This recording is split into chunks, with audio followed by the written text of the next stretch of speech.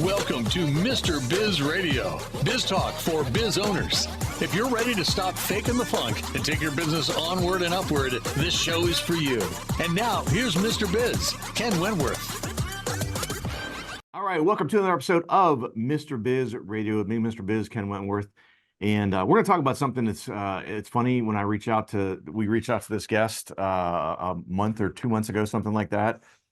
I said, I'm curious to talk about this because we are on opposite sides of the train tracks here, which is good. I enjoy having those types of conversations as long as they're civil and professional and courteous, and none of this dumpster fire crap you get into on X when you have a different opinion than someone else. And it's just like, I actually follow people, even politically, that are way different than me on X, just because I want to hear what they're saying and why they're saying it, and engage in comments back and forth of like, geez, I don't understand why you would think that way. And oftentimes at the end of the day, I at least understand a better perspective on how they think about things. I might still not agree with it, but it's okay. At least I kind of understand a little better. And that's one of the reasons why we want to have our guest this week. Today we're joined by Elsie Gilmore. She's an artist, writer, activist, and full-time joy spreader. Her latest work, How to Find Joy in a Capitalist Hellscape, navigates how we find meaning, connection, and beauty in a world that often feels fractured. Elsie is also the founder of the Hugmobile, a social art initiative to combat loneliness and isolation, and holds a master's in environmental law and policy. You can find her creative work and essays at elsiegilmore.com. We'll put that in the show notes as well. But Elsie, welcome to Mr. Biz Radio. Thanks so much, Ken. Thanks so much for having me. Yeah, absolutely. Been looking forward to this. Like I said, again, on capitalism, I think we're on different sides, but who knows? When we talk about this, maybe we're not as far off as we think, because I'm definitely a capitalist, but I'm not like some extreme example of it, I think. But before we start diving into that, though, Elsie, tell us a little bit about your entrepreneurial journey and how you've gotten to sort of where you're at now. Sure. So I grew up in the great state of Vermont, and there's a lot of really wonderful things about Vermont, but when I was growing up there and where I was growing up there was not a lot of opportunity. So I did get an undergraduate degree in business management, but there wasn't really a lot of ways to apply it when I lived there. So around 2001, the internet started being a thing that, everyone used. It was pretty simple back then, but I started dabbling in web development. It was so basic back then, it was HTML. And so I went on a trip and I kept what was an early travel blog, right? Like before most people were doing that. And then I ended up moving to Florida in 2003, I think. And then I was like, maybe I should market this skill. Maybe this is something that people would pay for. So it took a while, but I started my first web development business and I loved it. I'm really kind of a dual-brained person. So there's a design aspect to it, and then there's the technical aspect to it. So I really enjoyed that about it.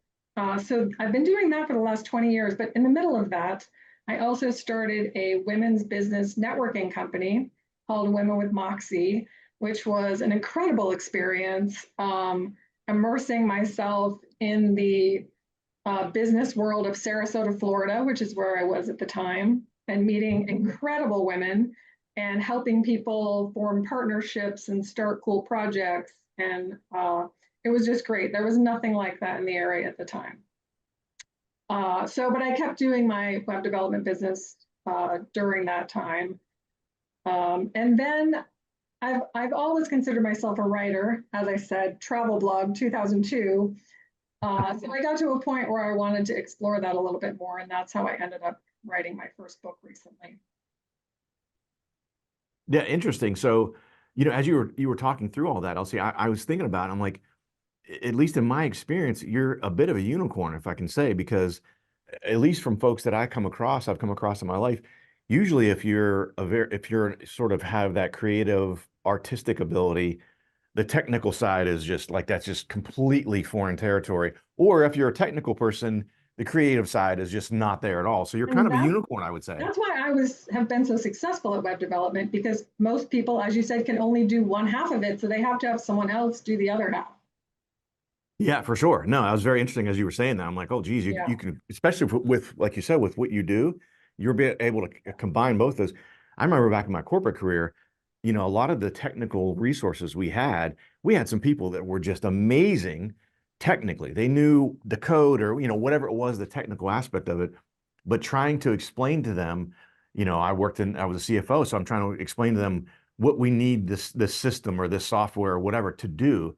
And it was so difficult to find someone who could bridge that gap, that could speak sort of the business language, kind of understand that aspect, and then apply the technical to it.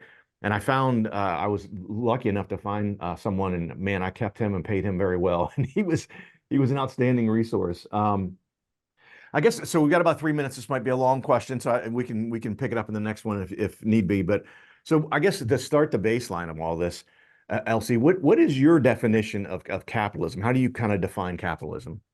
I'm glad you asked me that, Ken. I actually wrote about that in the beginning of my book. Okay. I'm just going to read it to you quickly. Okay. When I use the term capitalism or capitalist, I'm referring to large corporations and the economic system that depends on worker exploitation, environmental degradation, profit maximization at all costs, disposable goods, shrinkflation, aggressive marketing, manipulative sales tactics, and all the forces that work together to try to get you to spend your hard-earned money on things you don't want or need for the benefit of a few and at the expense of many. Capitalism also captures things you need that they know you can't avoid buying, like groceries, housing, and medical care, things people should not be making enormous profits from. I don't include mom and pop stores in that. I don't include Girl Scouts selling Girl Scout cookies at your grocery store, even though those girls can be very aggressive in their sales tactics. I mean, companies who are having a large negative impact on the world. So I'm curious. So why wouldn't you include them in that? Because again, there are some nefarious mom and pop stores that are gouging the heck out of that local market potentially. Sure, but they don't have the ability to do the kind of damage that a billionaire's company can do. You know what I mean? So I really look at it as the impact they're having more on a global sense. Gotcha. Okay. Yeah, because I was going to say, I was thinking of, even traveling some places and, going to a small town that's a tourist town that maybe is very seasonal, right? Sure. And you get some of those mom and pop stores and it's like, holy cow, the prices they have, because they're the only, kind of general store within, I don't know, 20 minutes or 30 minutes. And so you pay for that convenience. Sometimes there's a reason for that, though, because think about the distribution costs of them getting their product, and then they can't buy in bulk. So they actually do have to spend more money on the product. Yeah, so, I mean, that's true. My nephew owns a country store in the middle of nowhere, so I kind of know a little bit about what he goes through and why his prices do have to be a little higher. Yeah, no, and actually that does make sense to me. I hadn't really thought about it from that angle, because I'm even thinking about, we have a local marina here, and if you fill your boat up at the marina, which of course you're more than likely going to do because it's super convenient and everything, it is. I mean, the cost of fuel at those are like double what they are, outside of that. But the convenience of it, of not having to bring giant gas cans, to your boat and everything like that, it's kind of a pain in the neck. But to your point, for them to obtain the fuel and get it there, there's obviously a huge cost for them as well. Guys, we're going to hit a break here. Again, talking with Elsie Gilmore. You can find out more on her Instagram. Follow her at Elsie Gilmore Author, and you can find out more there. If you would like to reach hundreds of thousands of business owners every week, Mr. Biz Radio can help. Our show airs globally 7 days a week for more than 25 hours across several internet radio stations, plus 20 plus podcast platforms. Also, video exposure on the new exclusive Mr. Biz Network streaming channel, which gets blasted to 100 plus streaming platforms, and the Mr. Biz YouTube channel, and our 350,000 social media followers multiple times every week. Join Mr. Biz Nation as an advertiser by emailing us at info@MrBizSolutions.com. Attention, Mr. Biz Nation. We have an exclusive offer just for you. Get lifetime access to scarcity countdown timers and logic links for only $69. Yes, you heard it right. Only $69. These tools will add urgency to your email campaigns and website pages, helping you increase conversions, sales, and capture more leads. Don't miss this incredible opportunity. Visit GetPulseTools.com now and take your business to new heights. Check out all 3 of Mr. Biz's best-selling books at MrBizBooks.com. Now, once again, here's Mr. Biz. All right, welcome back to the show. A lot to cover here, Elsie. So, I feel like I wanted to ask, because I felt like I brought something up at the very end there, and it looked like you wanted to say something. Do you want to jump in on that? Because I'm ready to go with my next one, but if there's something else you wanted to add. I don't remember what you said. What did you say? I was talking about fuel at a marina. Oh, yeah. No, I was just, as we were saying, like sometimes a small business does have higher costs just because they can't buy in bulk or they're in a place that isn't easy for them to get the product. So I give a lot of credit to small businesses. I'm all about the small business. I know they're not all great, but they don't have the kind of power, like destructive power that, big businesses do. So that leads me to my next question. It's a perfect segue. So what are sort of what you see as the negative consequences of the way we do capitalism, at least here in the United States? Yeah. So number one, this is partly to do with our government and partly to do with capitalism, but those two things are so intertwined. Like we have billionaires who have control over parts of our government. And that's not a sides thing. That particular thing is true of both sides. They both take money from billionaires, and therefore those billionaires get privileges in our government that you and I would never get. Basic necessities being commodified. Again, housing is a huge one. So many houses are being bought up by investment companies who then get to set the housing prices in a certain area, and that is really bad for average Americans who want to buy a house. AI is going to have a terribly negative impact on the environment and the job market. It's already having a really big impact. Industry deregulation, these are all things that are really bad for the average person. Well, we definitely have common ground already, because I would agree with you. The impact that wealthy folks can have on the government is ridiculous. And I agree with you. It's on both sides of the aisle. No one is immune from this. And so many of the frustrating things, and maybe you agree with this as well, is, and I'm going to maybe sort of over dramatize a little bit, but maybe not too much. You've got a big giant company, and they want to put in some new, project or whatever. Mm-hmm. And they start greasing the skids with different politicians that are on a certain committee that they can vote to ensure that project or that government contract gets awarded. And then on the other side of it, which I think is crazy, right? I don't like that at all. Number one. Number two, the other side that actually might frustrate, easy for me to say, even more, is then the politicians that are on this committee that know if Acme Corp gets this contract, their stock price is going to go up. And so it's insider trading. And so those politicians are getting rich, not only getting the money from these companies, they're getting the benefit of investing in these stocks. That's ridiculous. That should not be allowed. Yeah, and that's on both sides of the aisles. Again, right. Insider trading, it's a huge problem. Why is that legal in our country, right? That doesn't seem right. So I live in Florida, and the power that development companies have here is ridiculous. It's probably nationwide at this point, but in Florida, it seems particularly egregious, the projects that our city councils let go through. I'm sure there's got to be kickbacks. Come on. Well, and the developers join the review board so that they're reviewing their friends, their colleagues' projects. So it's such a huge issue. It's that we've let capitalism get out of control. Right now, our current government wants to deregulate industries that already probably don't have enough regulation. And again, that's just going to hurt people like you and me, just average Americans trying to live their lives. Yeah, I get super frustrated with, and the problem is, and this is, the frustrating part, is I don't know how we get out of that. So especially with the wealthy folks or large corporations having that impact / monetary impact on the lawmakers in this country, I'm sure it started as, hey, hey, Elsie, I want to talk to you.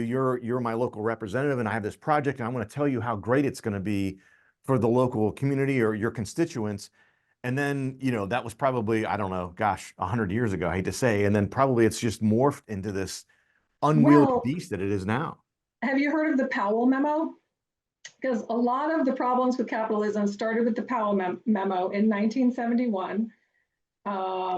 Let's see, I saved the Powell memo was written by Lewis Powell in 1971, and it urged American businesses to actively defend their interests against liberal critiques and to strengthen their influence in politics, media, and education.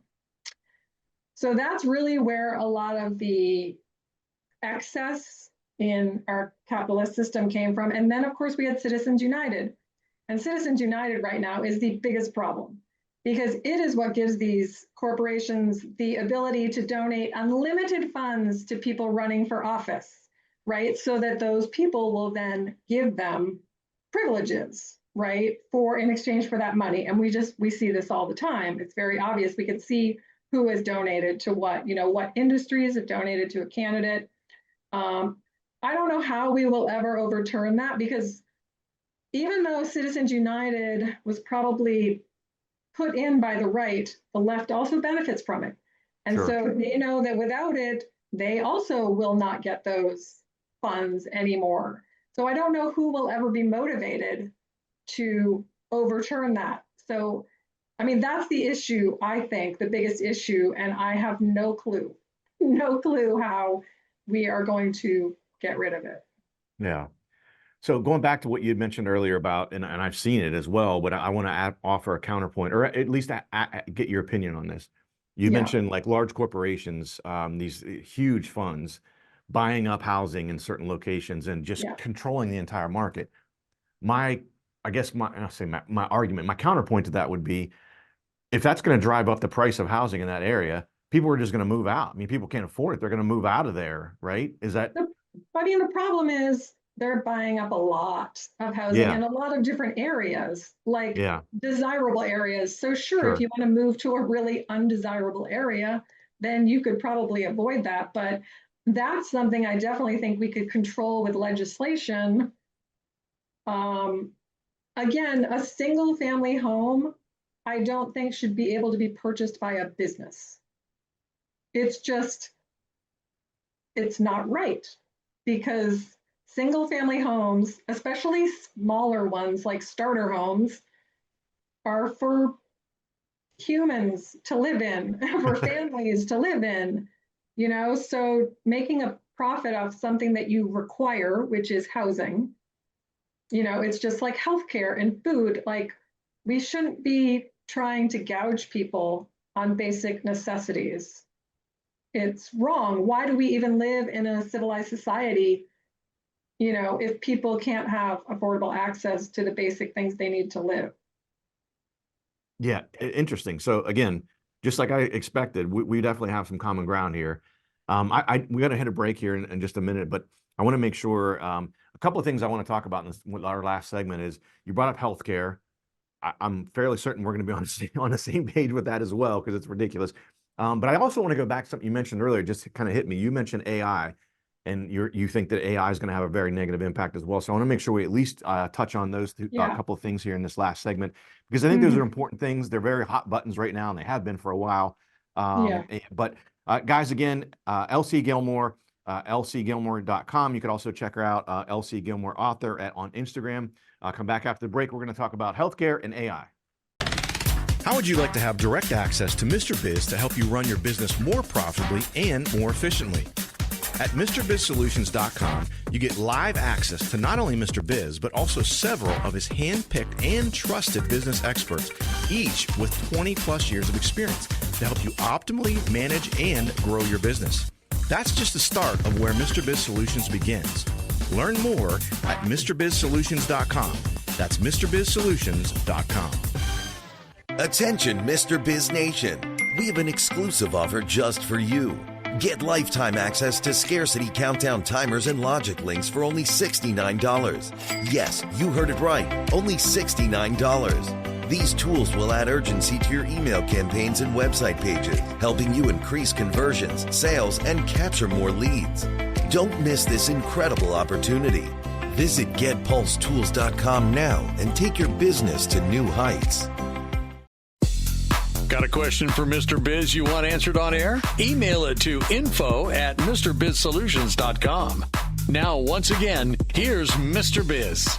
All right, welcome back to the show. And again, I want to dive into these last couple of topics here because they're hot ones. And I guess I'll go in chronological order because I know you had mentioned AI a while back. So I want to circle back on that one. It's funny you mentioned AI in the context that you did, because it's like a lot of, well, almost everything you see, although you have some people that are kind of waving the white or red flag, depending on how you look at it, on AI and some of their concerns about it. But you have a lot of people who are super excited about it. And I know, like, I use AI in my business. And I've been using it more and more. I've been using it for probably close to 2 years now, year and a half, 2 years. And I find almost every week I find new ways to use it in my business. Now, I'm a consulting business. I'm not, I guess I'm not gonna say it's not really taking someone's job. The way I'm viewing it, and maybe I'm naive and maybe in the future this is not the way it's going to be, is I'm viewing it right now as it enhances someone's ability to do their job. It's not, I'm trying to find ways for AI to replace Susie or Bob. I'm finding ways for, Susie and Bob to be more effective at their jobs utilizing AI. So yeah, the floor is yours. Yeah, and so an article just came out. A study was done of hundreds of companies that implemented AI for their employees, thinking that it was going to either save them money or make them a bunch more money, and it didn't do any of that. Because all it did was, like you just said, the employees they had just maybe became more efficient. I don't know, because you still have to check AI, so I'm not even sure it saves you time. But it might, I don't know what it does. But these companies found out that it didn't do what they thought it was going to do, which is why some people think there's going to be an AI crash, because so many people have invested so much money in it and it's not really doing what they thought it was going to do. Let me jump in there real quick. So, I'm a financial guy. So the thing you mentioned actually is making the company more efficient. It's more, optimizing the business in that. So if you have someone and all of a sudden they're 20% more efficient because they're utilizing different aspects of their job, they're getting 20% more things done and accomplished, or they're doing them in 20% better ways. And that's how I'm using it is, its ability, and there's only, for me at least, and again, my business is much more limited than obviously a huge corporation, but the things that it can do for me have been mind-blowing in that I can put in a website and say, can you summarize this in 3 paragraphs or 10 bullet points or whatever? And it takes 10 seconds. Whereas if I went through that, it would take me, I don't know, a couple hours perhaps. And that's like a good use of it. The problem that AI is going to have, which I'm sure you've heard about, is when people are trying to create new text. So summarizing something is easy because it's all there, right? But if you're asking it an open-ended question that it has to go search all these different sources for, eventually AI will have put out so much new text that is a generalization of other texts that the resulting content online will not be high quality because AI will be quoting itself, right? Which is already a summary of something, which is already, so I do see how it could end up putting a bunch of garbage out into the world.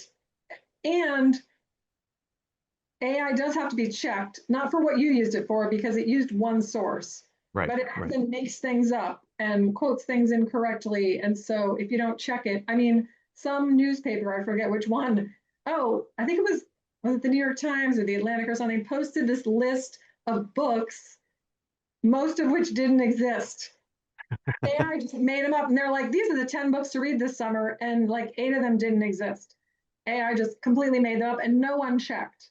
So I think that's, AI is going to be wrong, and that's one of the reasons I think it's not going, there's going to be a crash. Like, I agree that I think there's going to be an AI crash. The problem is what AI is really going to be used for, Ken, is aggregating data about individuals in a way that could be possibly used to punish people.